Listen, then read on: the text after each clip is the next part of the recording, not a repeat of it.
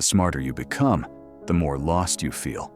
Not because you know too little, but because you see too much. You're like a person who just discovered they have X-ray vision in a world where everyone else is admiring the beautiful wallpaper, while you can't stop seeing the cracks in the foundation beneath. In the next 50 minutes, you'll understand why your exhaustion isn't weakness, it's evolution. If you've ever felt like an alien observing human behavior from the outside, knowing something is fundamentally wrong, but unable to name it, you've stumbled into what Carl Jung called the burden of consciousness. So what's actually going on here? Jung spent decades mapping the psychological territory that deep thinkers navigate daily. He discovered that when your consciousness expands beyond society's comfort zone, you don't just think differently, you become a different kind of human entirely. And that transformation comes with a price that nobody warns you about. Picture this. You're at a family dinner and everyone's discussing surface-level topics. Sports scores, weather patterns, celebrity gossip.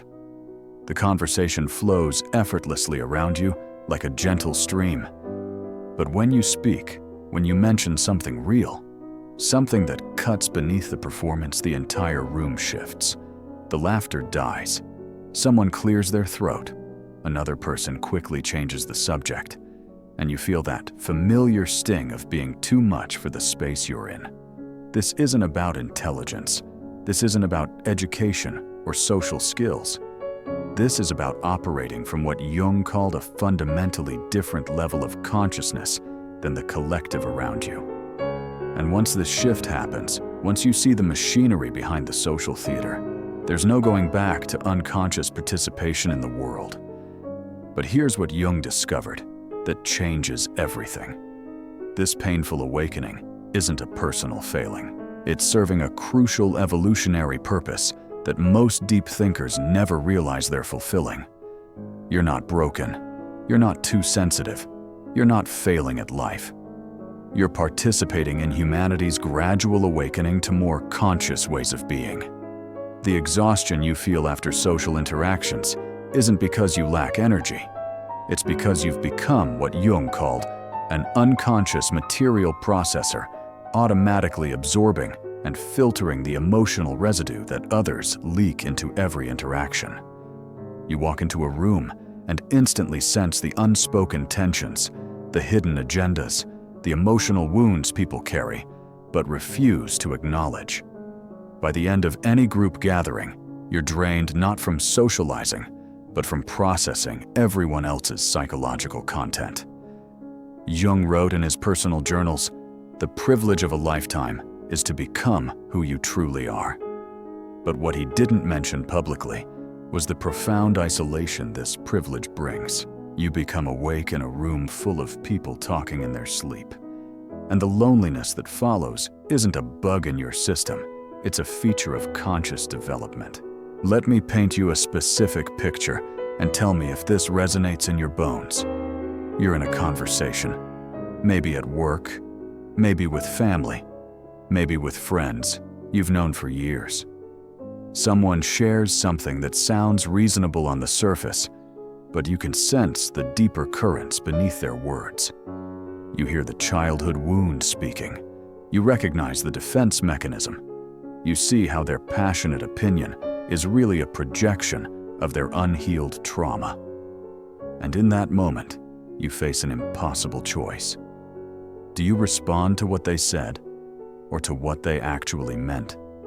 Do you participate in the surface conversation, or do you acknowledge the deeper reality you both know is there? Most of the time, you choose the surface. You smile, you nod, you play along, because you've learned that speaking truth in unconscious environments creates chaos. But sometimes, just sometimes, your authentic self refuses to participate in the performance. You say something real, something honest, something that acknowledges what's actually happening beneath the social theater, and the entire atmosphere changes.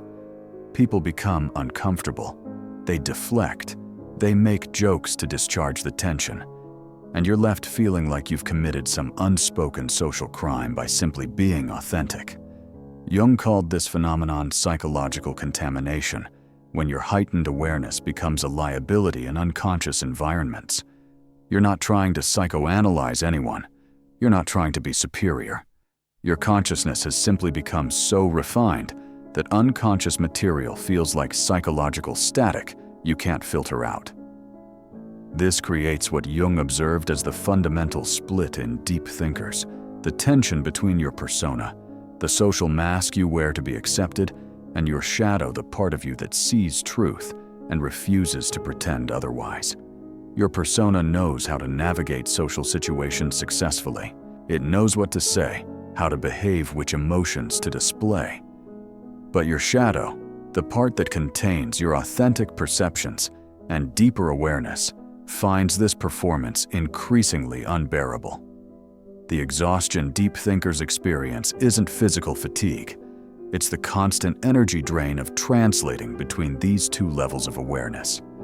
Imagine having to translate every conversation from your native language into a foreign tongue, then translate the responses back before you can understand them.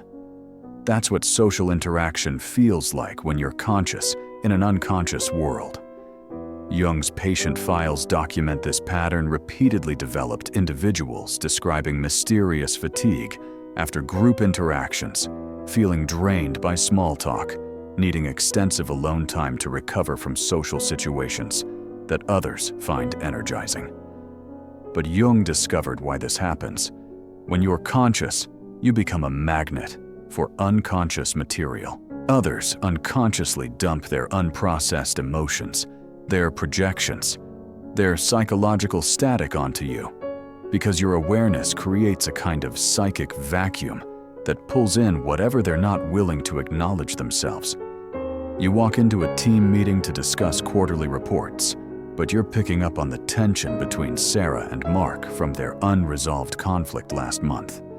You sense your manager's anxiety about the presentation, even though they're acting confident. You notice how David deflects every time accountability gets mentioned. By the end of that meeting, you're exhausted not from discussing business, but from processing everyone else's unspoken emotional reality. This is what Jung meant when he wrote that consciousness carries both privilege and burden. The privilege of seeing clearly, the burden of seeing what others refuse to acknowledge. And once you understand this dynamic, you realize why deep thinkers often feel like strangers in their own lives. The first sign you're experiencing what Jung called individuation is when your old life stops fitting like a coat that's suddenly too small. The career that once excited you feels meaningless. The relationships that once fulfilled you feel superficial. The goals that once motivated you seem hollow. This isn't depression, it's evolution. Your consciousness has expanded beyond your current circumstances, and the mismatch creates profound discomfort. Jung understood this as the transcendent function, the psyche's natural drive toward wholeness that creates tension between who you've been and who you're becoming. Jung understood this as the psyche's natural development process. Just as a snake must shed its skin to grow conscious, individuals must shed identities that no longer serve their authentic development. But unlike physical growth, psychological growth is invisible to others. They see you pulling away from things they think you should want, and they assume something is wrong with you. They interpret your growing authenticity as growing problems, your increasing self-awareness as increasing selfishness, your deepening consciousness as deepening dysfunction. The common mistake here is trying to force yourself back into old patterns to avoid disappointing others. But Jung discovered that resisting individuation creates what he called neurotic suffering, psychological pain that serves no developmental purpose. Instead, for the next 24 hours, notice when you feel the urge to perform an identity that no longer fits. Pause and ask, am I doing this because it serves my authentic development, or because I'm afraid of others' reactions? This simple awareness can begin to shift you from unconscious compliance to conscious choice. When your consciousness expands, superficial conversation becomes genuinely painful, not because you're arrogant, but because your psyche recognizes it as a waste of your life force. Jung called this existential nausea, the body's rebellion against activities that betray your authentic development. You're at a networking event where everyone's discussing surface-level topics, and you feel like you're suffocating. Not because you can't participate, but because your soul rebels against investing energy in interactions that connect to nothing real. Your authentic self knows these conversations are avoiding the deeper currents of human experience, and participating in them feels like self-betrayal. It's like being a deep-sea diver who's forced to spend all their time in the shallow end of a swimming pool. You have the capacity for depth, the longing for meaningful exploration, the skills for navigating complex, psychological terrain, but you're stuck making small talk about pool temperatures and floating toys.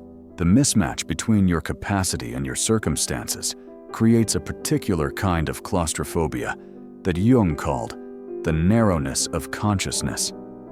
Rather than judging yourself as antisocial or broken when trapped in small talk practice, what Jung called conscious participation, engage authentically within the constraints of the situation. Ask questions that invite depth. What's really been on your mind lately? Or, what are you genuinely excited about right now? You'd be surprised how many people are hungry for authentic connection, but don't know how to initiate it themselves. Sometimes all it takes is one person willing to go beneath the surface to transform the entire quality of an interaction. Deep thinkers also become what Jung termed unconscious material magnets. You walk into a room and immediately sense the emotional undercurrents. You pick up on tensions between people that they haven't even acknowledged to themselves. You feel the weight of their unprocessed traumas, their suppressed emotions, their hidden agendas. You notice the micro expressions that reveal what people really feel beneath what they're saying. You sense the collective mood, the group dynamics, the unspoken rules governing the interaction. By the end of any group interaction, you're exhausted from processing psychological content that isn't even your own. Elena, one of Jung's patients, worked as a therapist, but experienced complete exhaustion after team meetings. Through analysis, she realized she wasn't just participating in discussions, she was unconsciously absorbing and processing the unspoken dynamics of her entire team. Her consciousness had become so refined that unconscious material felt like psychological static she couldn't filter out. She described it as trying to have a conversation while standing next to a construction site. The noise pollution makes everything more difficult. The mistake here is trying to fix or heal everyone around you. Jung observed that conscious individuals often develop what he called a savior complex, the unconscious belief that their awareness obligates them to heal others' unconsciousness. But this creates energetic hemorrhaging that ultimately serves no one. Instead, practice Jung's technique of conscious boundaries. Before entering group situations, set the intention: I can observe without absorbing. I can witness without processing. Others' unconscious material is not my responsibility to heal. When you've touched your authentic self, maintaining social personas becomes genuinely painful. Before awakening, you could unconsciously play whatever role the situation required. But after awakening, returning to persona performance creates what Jung called existential nausea. You're in board meetings pretending your corporate persona matters when you know it's just a mask. You're at family gatherings playing roles that stopped fitting years ago. The accommodating child, the successful sibling, the one who never causes problems. You're maintaining friendships based on shared unconsciousness when you've outgrown the patterns that originally bonded you. Your psyche simply won't let you betray your authentic development to maintain social comfort. Jung wrote in his private journals, "I can no longer pretend to be the proper Swiss psychiatrist when I have seen the depths that psychiatry refuses to acknowledge. The performance feels like death." This isn't dramatic hyperbole. It's an accurate description of what happens when consciousness tries to squeeze itself back into unconscious containers. The life force literally drains out of you because you're working against your own developmental current. Don't believe you must choose between authenticity and belonging. Instead, practice graduated authenticity. In low-stakes situations, experiment with expressing your genuine thoughts and feelings. Notice that the sky doesn't fall when you show up authentically, and gradually expand your comfort zone with genuine self-expression. Jung called this conscious risk-taking, deliberately choosing authenticity over security in manageable doses until your nervous system learns that being real doesn't equal being rejected. Solitude becomes not just a preference, but a necessity for psychological survival. After any social interaction, you need time alone to process what you absorbed, to separate your own emotions from others, to return to your authentic center. This isn't introversion, it's consciousness maintenance. Jung understood this as the natural requirement for individuated people living in collective environments. He wrote, "The privilege of a lifetime is to become who you truly are." But this privilege cannot be sustained without regular returns to solitude. Rather than judging your need for solitude as antisocial behavior, reframe alone time as consciousness hygiene. Just as you shower to clean your body, you need solitude to clean your psyche of the psychological debris you've picked up from unconscious interactions. Schedule regular solitude, like you would any other essential health practice. Jung recommended what he called active solitude, not just being alone, but engaging consciously with your inner world through reflection, creative expression, or spiritual practice. As Jung observed, your vision becomes clear when you look into your heart. Who looks outside dreams, who looks inside awakens. But awakening comes with responsibilities that nobody prepared you for. The clearer your vision becomes, the more you see both the beauty and the dysfunction of the world around you. And with that expanded awareness comes the burden of conscious choice. You can no longer claim unconsciousness as an excuse for participating in systems that betray your authentic values. Here's the question that terrifies deep thinkers more than any other. If you can't perform anymore, if you refuse to maintain the personas that no longer fit who are you without the mask, this isn't a philosophical puzzle. It's the core crisis of conscious development that Jung called the confrontation with the self. Most people never face this question because they never outgrow their personas. They live entire lives playing roles: the successful professional, the devoted parent, the good friend, the responsible citizen, without ever discovering what exists beneath these identities. But conscious individuals reach a point where the personas stop working. The masks become suffocating. And suddenly, you're forced to confront the terrifying question. What's underneath? Jung discovered that this confrontation is terrifying because it reveals both our authentic power and our fundamental responsibility. Without the mask, you're no longer protected by social expectations. You can't blame your choices on what others expect from you. You can't hide behind roles and responsibilities. You're face to face with your authentic self and with the burden of living from that truth. But here's what Jung discovered that changes everything about the deep thinker's exhaustion. Your fatigue doesn't come from life itself. It comes from maintaining personas that no longer serve your authentic development. The energy drain isn't from working, relating, or participating in the world. It's from pretending to be someone you've outgrown while doing these things. Think about it. You can spend hours engaged in meaningful work that aligns with your authentic interests and feel energized. But 30 minutes of performing a persona that no longer fits the agreeable colleague The people-pleasing friend, the accommodating family member leaves you completely drained. The exhaustion isn't from the activity, it's from the authenticity betrayal. Jung's clinical observations revealed that when people align their external lives with their internal development, their energy returns dramatically. Not because their circumstances become easier, but because they stop wasting life force maintaining false identities. Carl Jung wrote, "Everything that irritates us about others can lead us to an understanding of ourselves."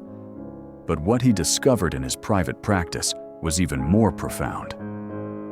Everything that exhausts us about social interaction reveals what we're suppressing about our own authenticity. You're not tired because you're weak.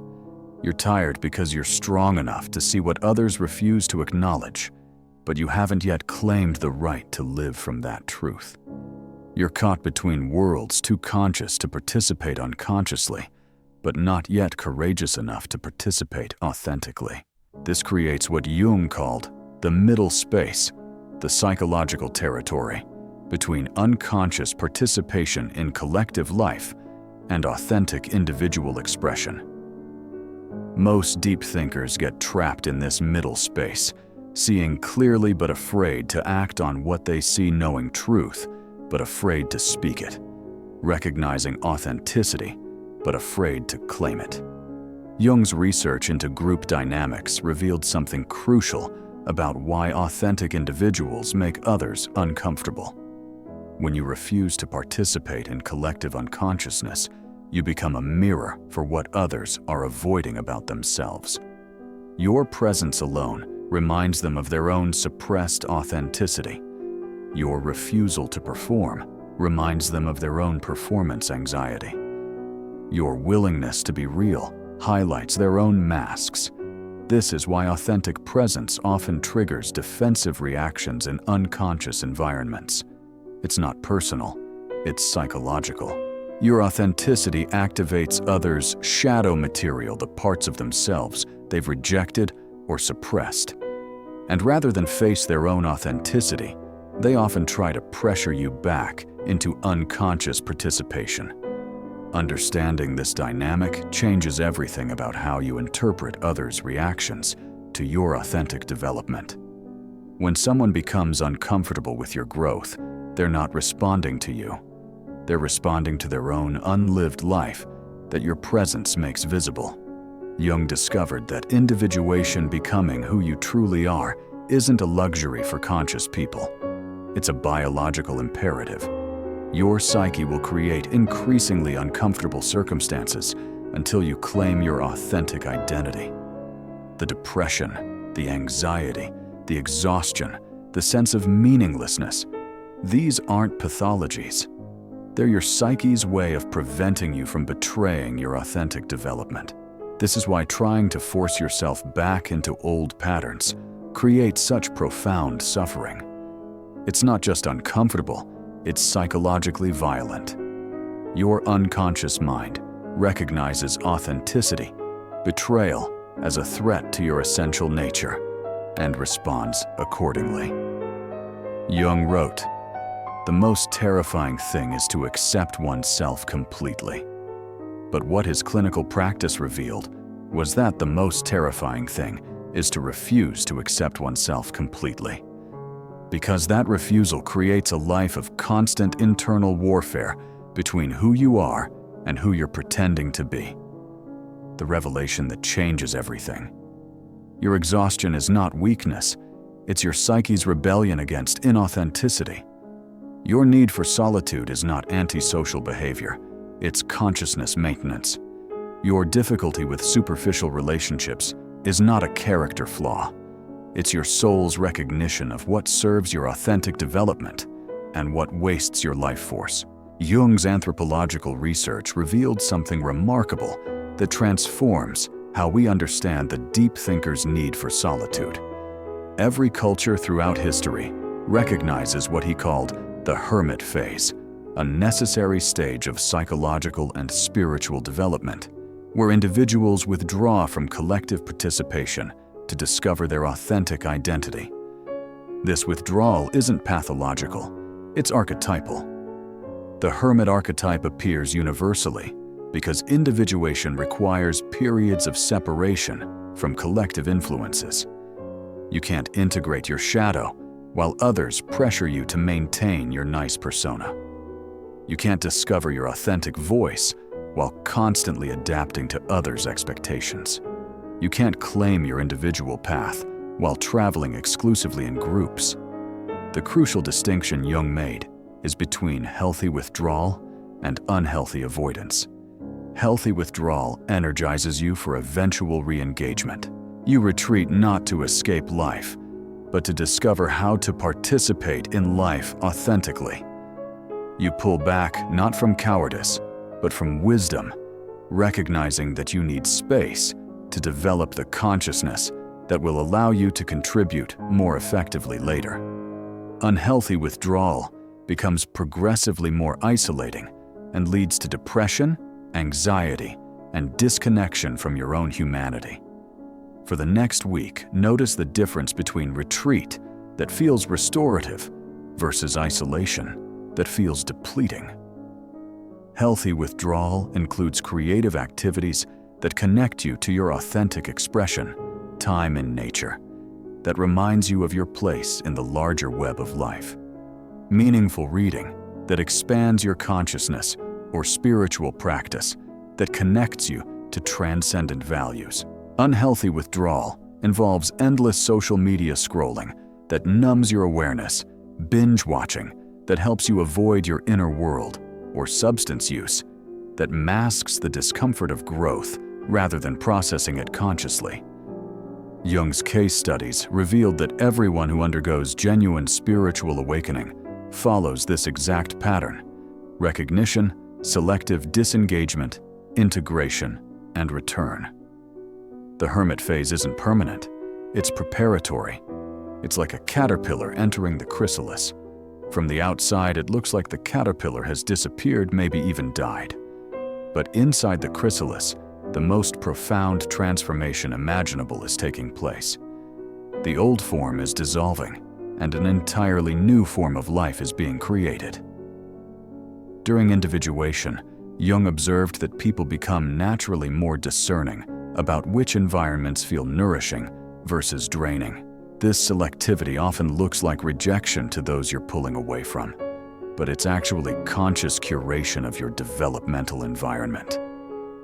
Jung wrote, "The privilege of a lifetime is to become who you truly are." But this requires enormous discrimination about what supports that becoming and what undermines it. Create two lists. List 1, relationships, activities, and environments that leave you feeling more authentically yourself.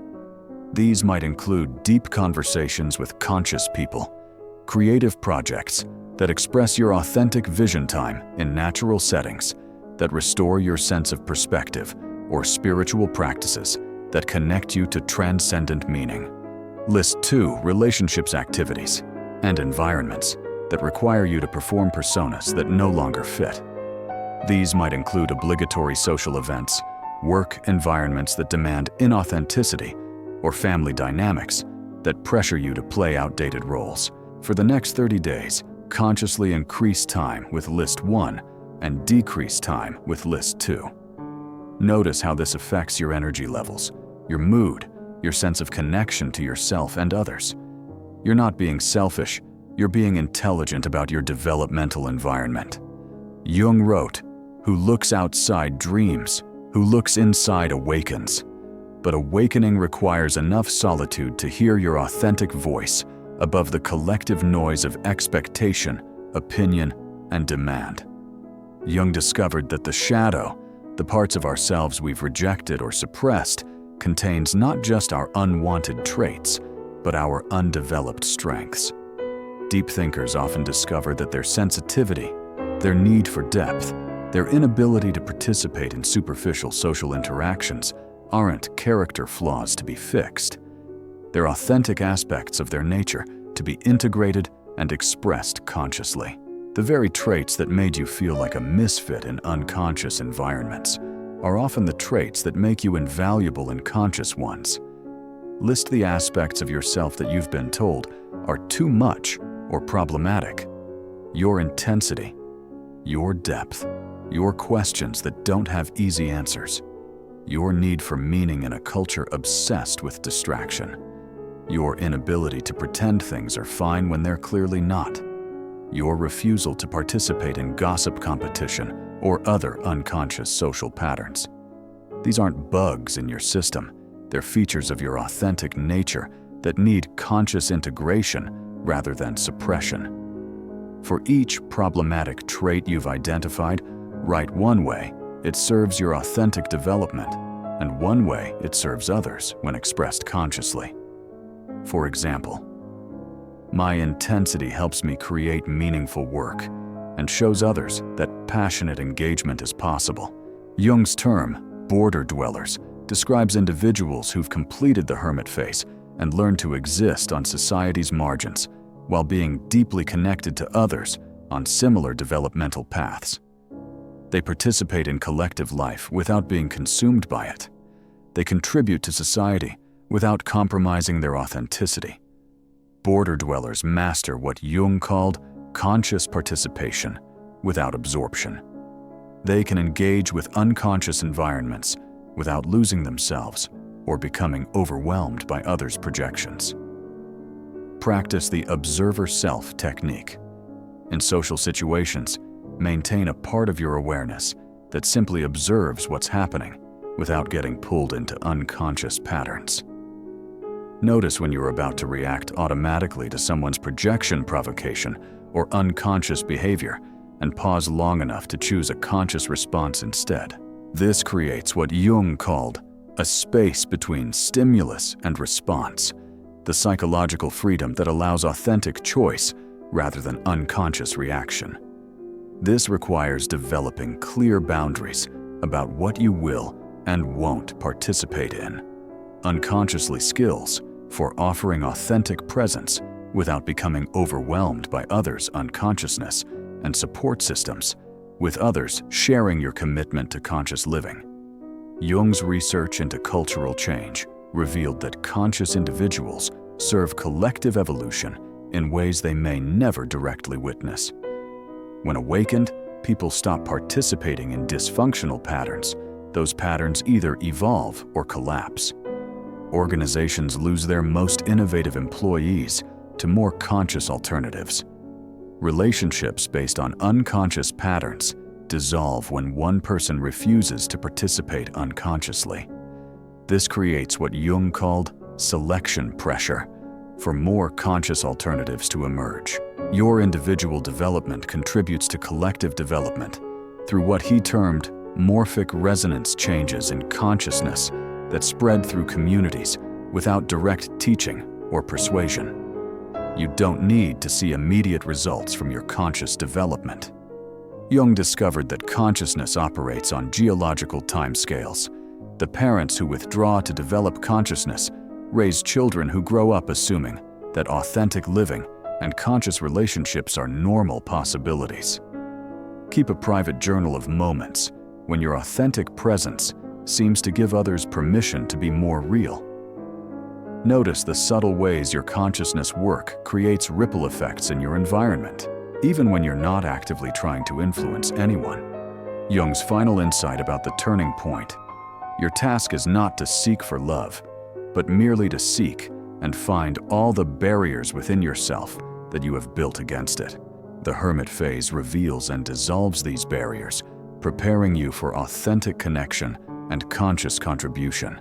After sufficient solitude, conscious individuals undergo what Jung called the transcendent function, a fundamental shift in how they relate to both themselves and the world. This isn't just feeling better or gaining new insights. It's a structural change in consciousness that allows you to participate authentically in collective life without losing yourself. The key insight Jung discovered is that integration doesn't mean becoming someone new. It means becoming more fully who you've always been beneath the personas and projections. Like a butterfly that doesn't become something other than what it was, it reveals its true nature that was always contained within the caterpillar.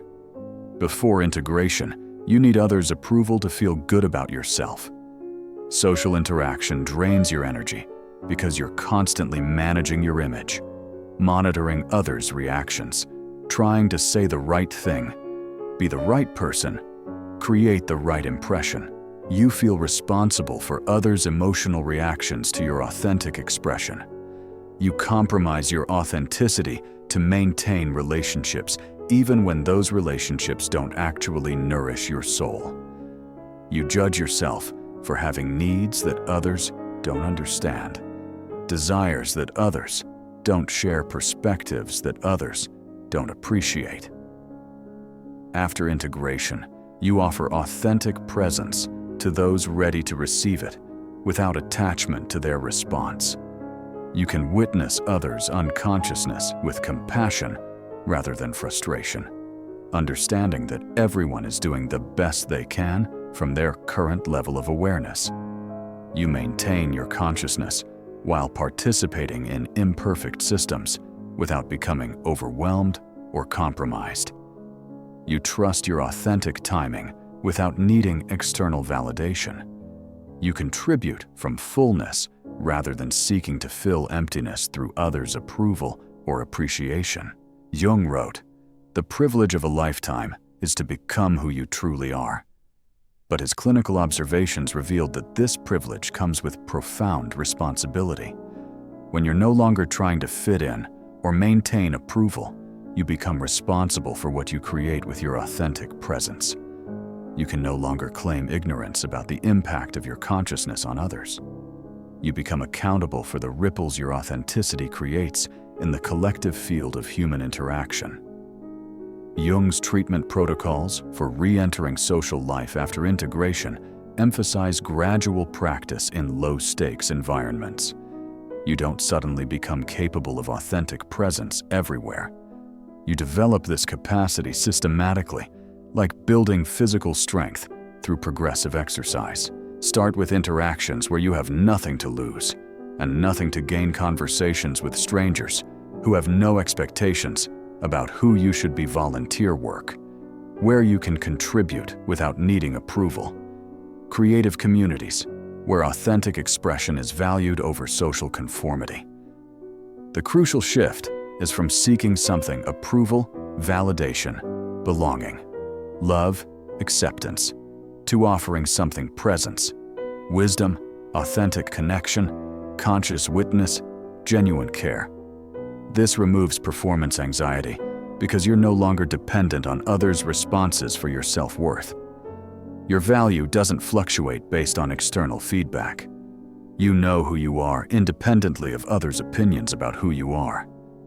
Then gradually re-enter existing relationships and environments from your new integrated position. This often surprises people who knew you before because you're simultaneously more yourself and less reactive. You participate without being consumed. You care without being controlled by outcomes. You engage without losing yourself in others' projections or expectations. Jung called this differentiated relating, the capacity for intimate connection without psychological fusion. Jung's case studies reveal that this phase often triggers strong reactions from others who were comfortable with your old patterns. Some people celebrate your authentic development because it gives them permission to be more real themselves. Others feel threatened by it because it highlights their own inauthenticity. They may try to pull you back into old patterns through guilt, criticism, or manipulation. Learning to navigate both reactions without losing your center is the advanced practice of conscious living. The final phase involves creating from your integrated consciousness rather than just responding to existing circumstances. This might involve starting businesses that prioritize human values over profit maximization, developing art that speaks to soul depths rather than surface entertainment, offering healing focused on root transformation rather than symptom management, or building communities based on authentic connection rather than shared unconsciousness. You begin to see yourself not just as someone who participates in the world, but as someone who helps create the world through the quality of consciousness you bring to every interaction. Jung's concept of enantiodromia describes the psychological reversal that occurs during individuation. What once felt like your greatest weakness transforms into your greatest strength. The sensitivity that made you vulnerable becomes the awareness that makes you wise. The intensity that made you feel too much becomes the passion that creates meaningful contribution. The need for solitude that made you feel isolated becomes the conscious space that allows authentic connection. This isn't positive thinking or reframing. It's recognizing that what you've been told is wrong with you is actually your authentic nature, seeking conscious expression rather than unconscious suppression. After integration, you develop what Jung called the border dweller operating system. You exist on society's margins while being deeply connected to others on similar developmental paths. You demonstrate through your presence that alternative ways of being are possible. You become selectively visible, invisible to those seeking unconscious validation, but clearly visible to those ready for authentic connection. Most importantly, you transmit consciousness simply through existing from a different level of awareness. You're not preaching or pushing. You're simply being authentically yourself, and that authenticity makes alternative ways of being visible to those ready to see them. Jung's research into group dynamics showed that consciousness operates contagiously, but only when fully integrated. Half-conscious people often create more unconsciousness by trying to wake up others prematurely. But fully individuated people naturally transmit awareness simply through their presence. The final integration insight that Jung discovered transforms everything about the deep thinker's relationship with their consciousness. You're not burdened by your awareness. You're blessed with it. You're not suffering from consciousness fatigue. You're experiencing the growing pains of human evolution. You're not too sensitive for this world. You're precisely as sensitive as this world needs you to be. Your exhaustion was never weakness. It was your authentic nature refusing to participate in systems that betray consciousness. Your need for solitude was never antisocial. It was consciousness maintenance in an unconscious environment. Your difficulty with superficial relationships was never a character flaw. It was your soul recognizing what serves authentic development and what wastes life force. From victim of your consciousness to steward of your consciousness. From burden to privilege. From isolation to selective connection. From performance to presence. This is the transformation Jung called the opus contra naturam, the work against nature that reveals authentic nature. Let me leave you with the truth that Jung discovered through decades of working with awakening individuals. Your exhaustion is not weakness, it's the sign you've outgrown the mask. Your need for solitude is not antisocial behavior, it's consciousness seeking space to develop authentically.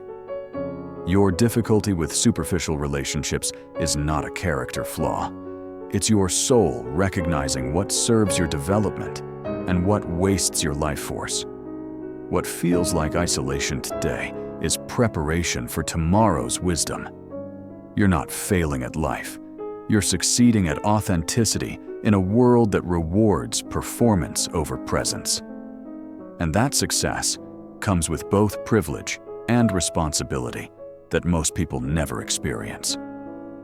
Jung prophesied that humanity would face collective challenges requiring widespread psychological maturation. He believed that individuals who withdrew during stable times to develop consciousness would become essential guides during periods of collective transition. We're witnessing this prediction now. Your individual journey toward psychological maturity isn't selfish. It's essential preparation for the role you'll play in humanity's collective awakening.